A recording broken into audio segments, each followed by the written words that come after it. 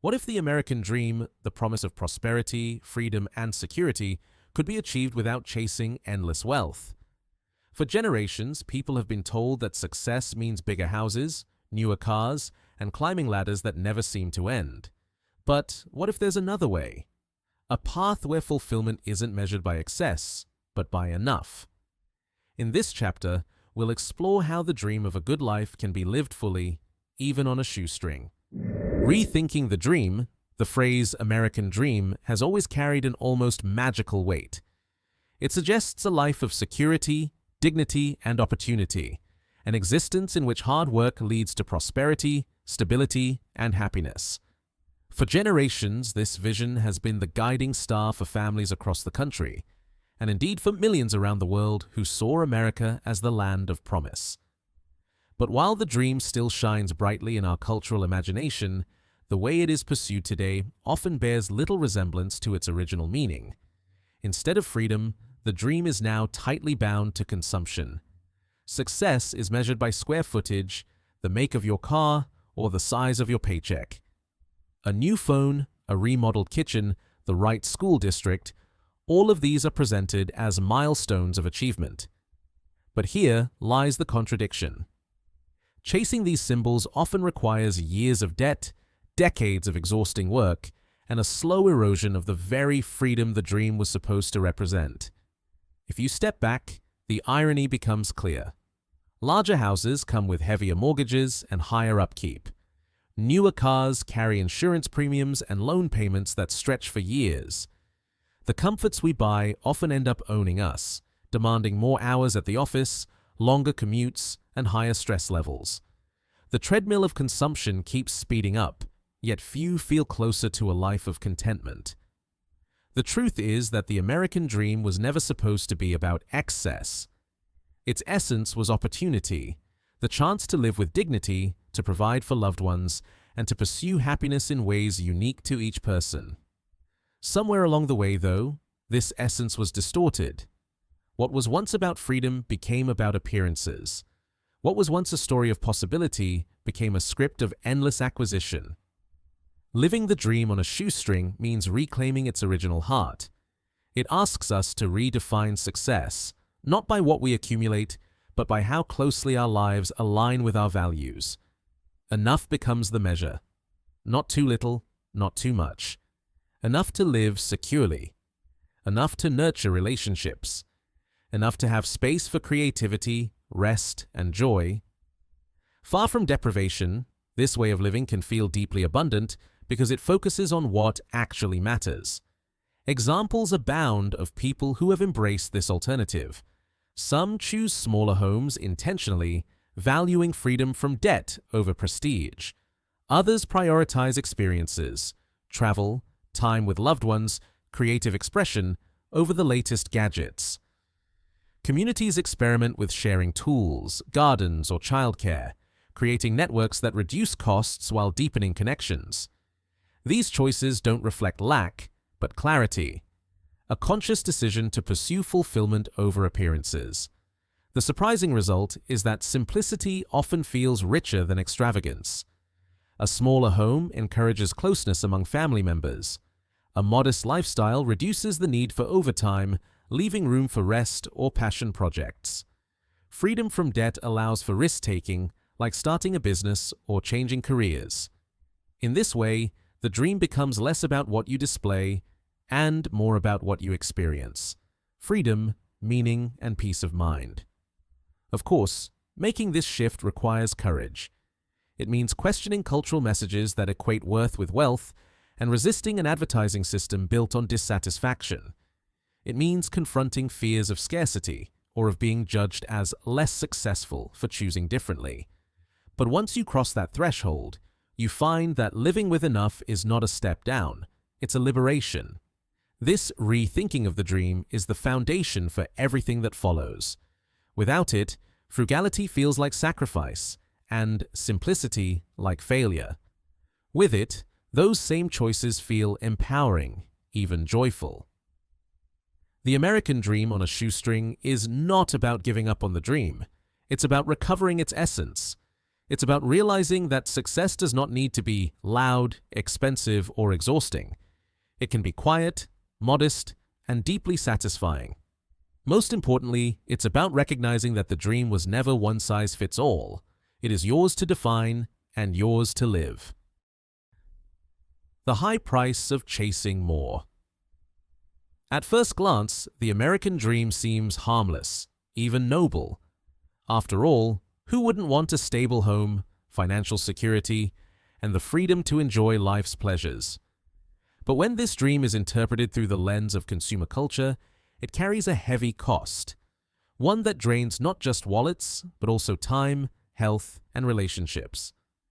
To live in constant pursuit of more is to live in constant sacrifice, often giving up the very things that make life meaningful. Let's start with the most obvious cost: money. The average American spends a lifetime servicing debt. Mortgages stretch out for 30 years or more, car loans roll into leases that never end, and credit card balances balloon with every emergency or impulse purchase. Even those who appear wealthy are often just managing an intricate juggling act of payments, refinancing, and obligations. The supposed symbols of success are often built on financial quicksand, trapping people in cycles of stress. A larger income does not guarantee freedom. In fact, it often leads to larger commitments and deeper debt. But money is only one piece of the puzzle. The pursuit of more also takes an enormous toll on time. Longer work weeks, multiple jobs, and endless commutes become the norm, all in the name of maintaining a lifestyle that feels just out of reach. Hours that could be spent with family, nurturing friendships, or simply resting are instead swallowed by the demands of earning and spending. The irony is sharp. In striving for the dream, many lose the very life they were trying to enhance. Health is another casualty. Stress-related illnesses, from anxiety and depression to heart disease, are often tied to financial strain and overwork. When the dream demands too much, self-care is the first thing to go. Meals are rushed, exercise neglected, sleep cut short.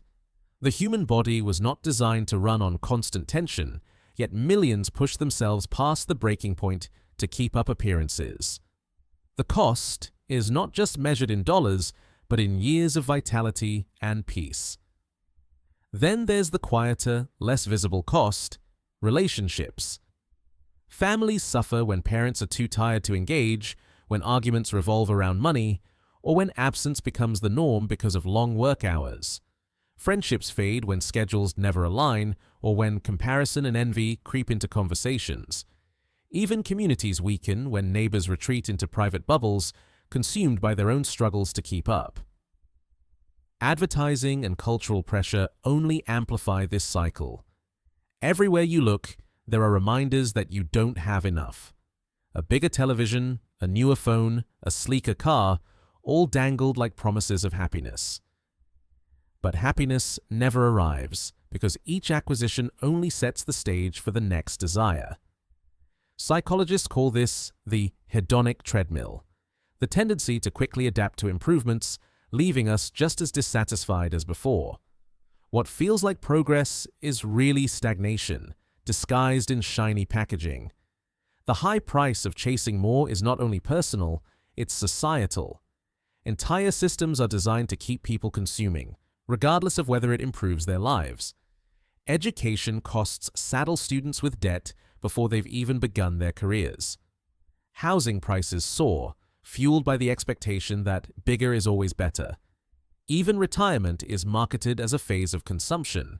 Spend now to secure comfort later, though many arrive too exhausted to enjoy it. The collective weight of these expectations has turned the dream into a burden, one that drags down individuals and families alike. And yet, few stop to question whether the cost is worth it. There's a cultural silence around the price of the dream, as though admitting it feels like failure. But failure is not in choosing a smaller life. It's in ignoring the evidence of what a bigger, busier, debt-fueled existence actually does to people. When stress is constant, when joy is fleeting, and when freedom feels like an illusion, perhaps the problem isn't with the dreamer, but with the dream itself. Here is where living the American dream on a shoestring begins to shine as a radical alternative. It asks, what if the markers of success were not tied to spending, but to freedom? What if your worth wasn't measured by what you owned, but by the richness of your relationships, your sense of purpose, and your capacity to live with intention? This shift doesn't deny the reality of financial needs, but it exposes the futility of paying too much, whether in dollars, health, or time, for things that don't deliver lasting satisfaction. Understanding the high price of chasing more is the wake-up call. It reveals the cracks in the old narrative and opens the door to a new one. Only by acknowledging what's lost in the pursuit of more can we begin to see the value of enough. Only then can the dream be reimagined, not as a chase, but as a choice. The illusion of status. A central force that keeps the American dream tied to endless consumption is the idea of status. From the time we are children, we are taught, sometimes subtly, sometimes directly, that our worth is reflected in how we compare to others. Success is not just about having enough, it's about having more, or at least appearing not to have less.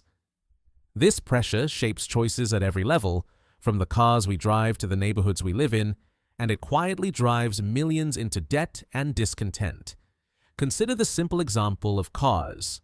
For many, a vehicle is primarily a tool. It gets you from point A to point B. Yet in our culture, a car often becomes a symbol of achievement. Advertisements don't sell reliability, they sell identity. Owning a sleek new model communicates that you've arrived, that you're moving up in the world, but underneath the polish, the payments, the insurance, and the depreciation steadily erode financial stability. A car that could have been a practical purchase instead becomes a financial trap, all in service of status. Housing tells a similar story. People stretch themselves to buy bigger homes in better neighborhoods, sometimes not because they need the space, but because of what the address communicates. A large mortgage becomes a badge of honor, proof of success. Yet the weight of those payments can crush flexibility and freedom, making it harder to change careers, relocate, or pursue passions. Instead of a sanctuary, the home becomes a burden, another marker of how status often costs more than it gives. Clothing, gadgets, vacations, even weddings. Every arena of life is touched by this urge to signal success. Social media only intensifies the cycle, offering constant comparison to curated versions of other people's lives. A weekend getaway isn't just a chance to relax, it's content to share, a subtle performance of prosperity. This endless need to measure up to others fuels dissatisfaction, because there is always someone with more. As soon as one milestone is reached, another looms just beyond, keeping the dream forever out of reach. The deeper issue is that status is a moving target. What felt impressive 10 years ago is ordinary today. The television that once seemed luxurious now looks outdated next to the latest model. The fashionable brand loses its cachet as soon as it becomes accessible to more people. In this way, status functions like a mirage. It shifts and recedes the closer you get, leaving you thirsty for recognition that never truly satisfies. Psychologists describe this as social comparison theory, the human tendency to evaluate ourselves against others. While comparison can sometimes inspire improvement, in a consumer culture, it often breeds insecurity. Advertisers exploit this instinct, presenting images of wealth and beauty that set impossible standards. The result is a population caught between aspiration and inadequacy, working harder, spending more, yet rarely feeling fulfilled. Breaking free from the illusion of status requires a radical shift in perspective. It means asking uncomfortable questions. Do I want this, or do I want to be seen having this? Is my choice motivated by genuine need or by fear of falling behind? These questions cut through the noise, revealing how often our decisions are shaped not by what brings happiness, but by what we believe will impress others. When people begin to step out of the status race, they often report a surprising sense of relief. Choosing a modest car that runs well, rather than a flashy one, frees up money for savings or experiences. Opting for a smaller home reduces stress and expands flexibility. Wearing clothes for comfort and practicality, rather than brand recognition, lightens both closets and minds. These shifts don't diminish life. They enrich it because they replace the weight of appearances with the freedom of authenticity. The American dream on a shoestring embraces this freedom. It suggests that true status doesn't come from what others think of you, but from how aligned your life feels with your values. A person who lives debt-free, who has time for loved ones, who sleeps peacefully at night knowing their needs are covered, this person is rich in ways that no luxury brand can imitate. Their wealth is quiet but profound, measured not in things but in the quality of their days. The illusion of status will always exist. Human beings are wired for comparison. But when you recognize it as an illusion, you can choose how much power it holds over you. And in choosing less, you often gain more. More freedom, more peace, more genuine happiness. That, ultimately, is what the American dream was meant to offer. Not the anxiety of impressing others, but the joy of living fully on your own terms. The power of enough. One of the most radical ideas hidden inside the American dream is also one of the simplest, the concept of enough. For most of history, the dream has been framed as an upward journey. More income, more possessions, more recognition. But this upward climb often becomes endless, because no matter how high you go, there's always another rung on the ladder. Enough interrupts that climb. It says, what if the dream isn't about endless more, but about having exactly what you need to live fully? The word enough is often misunderstood. Some hear it and think of settling, of giving up ambition, or of accepting mediocrity. But that misses the essence. Enough is not about scarcity. It's about sufficiency. It's about recognizing when your needs are met, when your life feels balanced, when the pursuit of more would add stress instead of joy. Far from limiting, this perspective opens space for freedom, because it shifts the focus from chasing to living. Consider food as an example. Eating enough provides nourishment and satisfaction. Eating beyond enough, day after day, leads to discomfort and illness. The same principle applies to money and possessions. Having enough means bills are paid, a cushion is saved, and basic desires are met. Chasing beyond enough can lead to cluttered homes, endless debt, and the exhaustion of keeping up. The pursuit of more doesn't always create happiness. Often, it erodes it. Cultural narratives make enough seem elusive. We're told that happiness is always one purchase away, that security requires constant growth, that success is never stopping. Advertisements rarely encourage contentment. They depend on dissatisfaction. But if you look closely, many of life's best moments arise not from abundance, but from sufficiency. A meal shared with loved ones, a quiet walk in nature, the relief of knowing your needs are covered. These are the moments that create lasting satisfaction. Learning to identify enough requires introspection. It means asking questions like, how much income do I truly need to feel secure? How many hours of work can I give without sacrificing my health and relationships? What possessions genuinely add value to my life, and which ones simply take up space? These questions don't have universal answers. They vary by person, by family, by stage of life. But the act of asking them itself is transformative. It replaces mindless consumption with mindful choice. When people find their point of enough, they often discover an unexpected richness.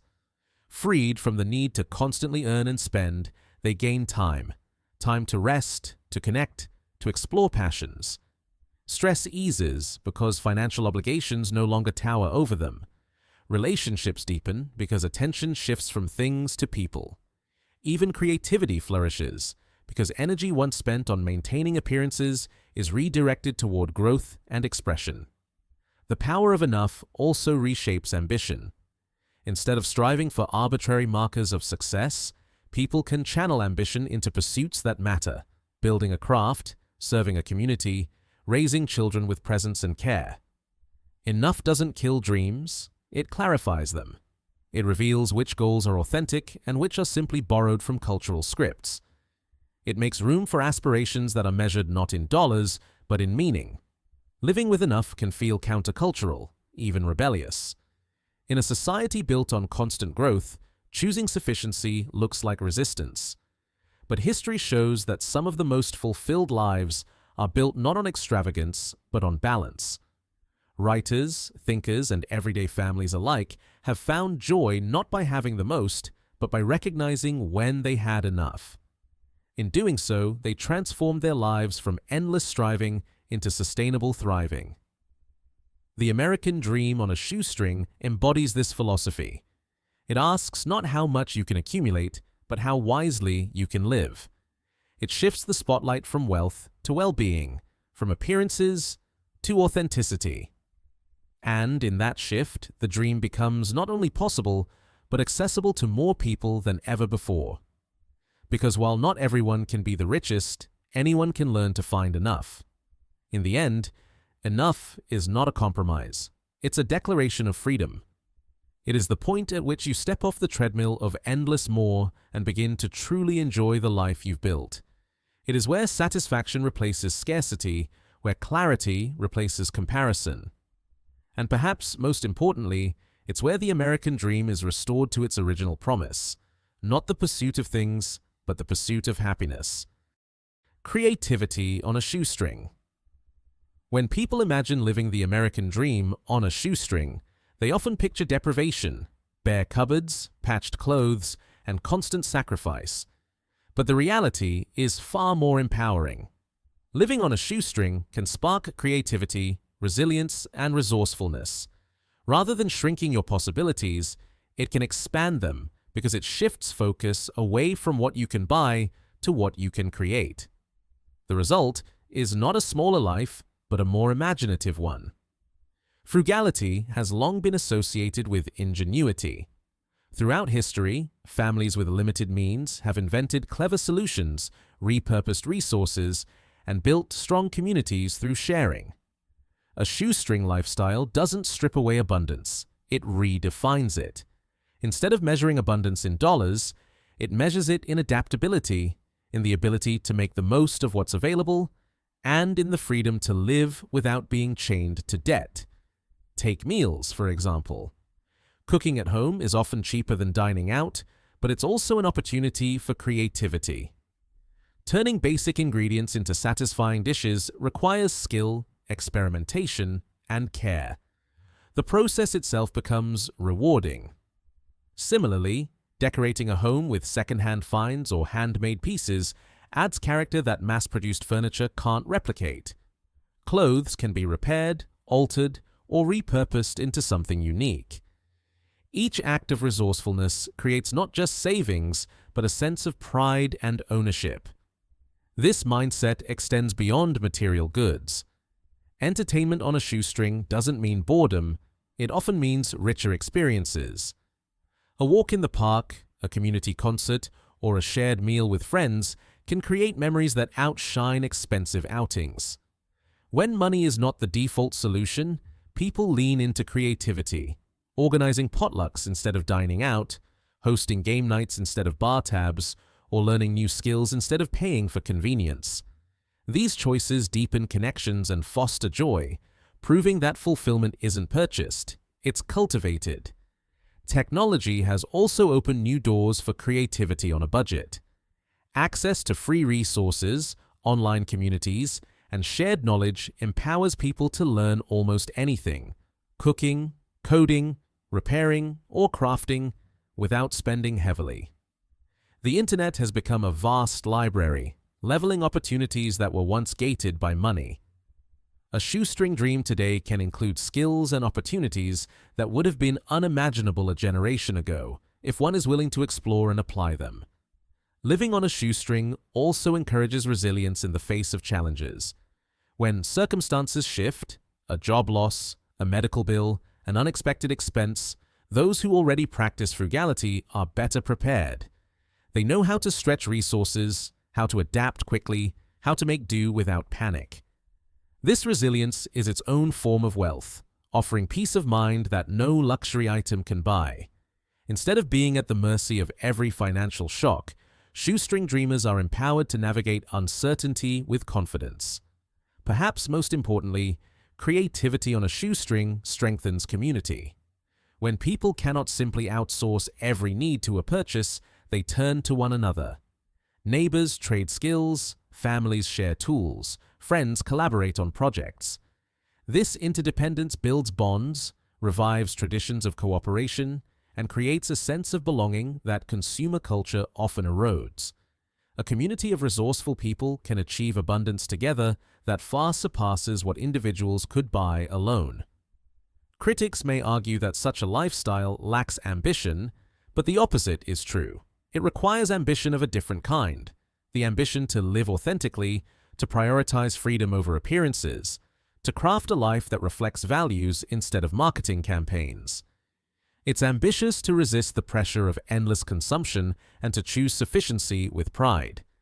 It's ambitious to build joy not on what can be purchased, but on what can be created. The American Dream. On a Shoestring, then, is not a diminished version of the dream. It's a more imaginative one. It reclaims the spirit of possibility that the dream was meant to represent. Instead of being limited by what you can afford, you are empowered by what you can invent, adapt, and share. This is not about living small, but about living smart, and about discovering that creativity often flourishes when resources are limited, because necessity is the mother of invention. In embracing this mindset, people often find that their lives feel fuller, not emptier. Their homes carry stories, their meals carry love, their days carry meaning. They are not defined by what they lack, but by what they create. And in this creation, they rediscover that the American dream was never about possessions alone. It was about the freedom to live with dignity, joy, and purpose, no matter the size of the budget. Freedom beyond wealth. At its heart, the American dream has always promised freedom, the ability to choose your path, to build a life of dignity, and to provide for those you love. Yet somewhere along the way, freedom was confused with wealth, as though liberty could be purchased through possessions. The truth is far more empowering. Freedom does not require extraordinary wealth. In fact, in many cases, the pursuit of wealth beyond enough can erode freedom rather than expand it. Think of the typical high earner who appears to have it all: a large house, multiple cars, the latest gadgets, and frequent vacations. From the outside, it looks like success. But look closer and you may see the hidden costs: long hours at a stressful job, little time for family, anxiety about maintaining a lifestyle built on fragile debt or relentless work. What seems like freedom often turns out to be a gilded cage. The very wealth that was supposed to secure happiness becomes the chain that binds. Contrast this with someone living the dream on a shoestring. Their home may be modest, their car simple, their possessions fewer. Yet they carry little or no debt. Their expenses are manageable, their needs aligned with their income, and their time more under their control. They may not have every luxury, but they often enjoy something far more valuable: peace of mind. They are not constantly hustling to keep up, because they have chosen to step off the treadmill of more. In this way, they embody the true spirit of freedom the dream was meant to deliver. Freedom on a shoestring comes in many forms. It's the freedom to change jobs without fear of losing a house you can't afford, the freedom to say yes to opportunities, a new city, a different career, a chance to travel, because you're not weighed down by obligations. It's the freedom to spend evenings with your children instead of answering emails late into the night. The freedom to sleep well, knowing the bills are covered and the future is not a looming threat. These are the freedoms that wealth alone cannot guarantee, but that living with enough can secure. There's also a deeper kind of freedom, the freedom from comparison. When you no longer measure your worth by the size of your home or the brand of your clothing, you release yourself from a cycle of endless judgment. Instead, you measure your life by joy, connection, and authenticity. This freedom is invisible to others, but profoundly felt within. It is the kind of wealth that no one can take away. Another overlooked dimension of freedom is time. In many ways, time is the ultimate currency. You can always earn more money, but you cannot create more hours in a day. Living on a shoestring often means buying back your time, not by earning more, but by needing less. If your expenses are modest, you don't need to work 60 hours a week. You don't need to climb a ladder that steals your evenings and weekends. Instead, you reclaim the hours that matter most, and in doing so, you experience a richness that money alone cannot buy. Of course, none of this means money is irrelevant. Financial security matters. Having a cushion for emergencies, healthcare, and retirement is essential. But beyond a certain point, accumulating more adds little to happiness. Study after study confirms that once basic needs and modest comforts are met, additional income does not significantly increase well-being. Freedom, then, is not found in endless earning, but in knowing when to stop. The American dream on a shoestring is not about rejecting ambition, but about redefining it. Ambition becomes the pursuit of a meaningful life, not the pursuit of appearances. Success becomes the ability to wake up excited for the day ahead, not the ability to impress a neighbor or follower online. Wealth becomes measured in time, peace, and relationships, rather than in things. When we disentangle freedom from wealth, the dream becomes accessible to far more people. It no longer requires winning a race that only a few can finish. Instead, it becomes a shared possibility. To live with dignity, to nurture joy, to have enough, and to be free. This version of the dream is lighter, more sustainable, and more humane.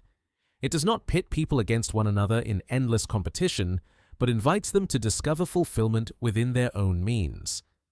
In the end, freedom beyond wealth is the true promise of the American dream. It is a dream not of extravagance, but of sufficiency. Not of display, but of dignity.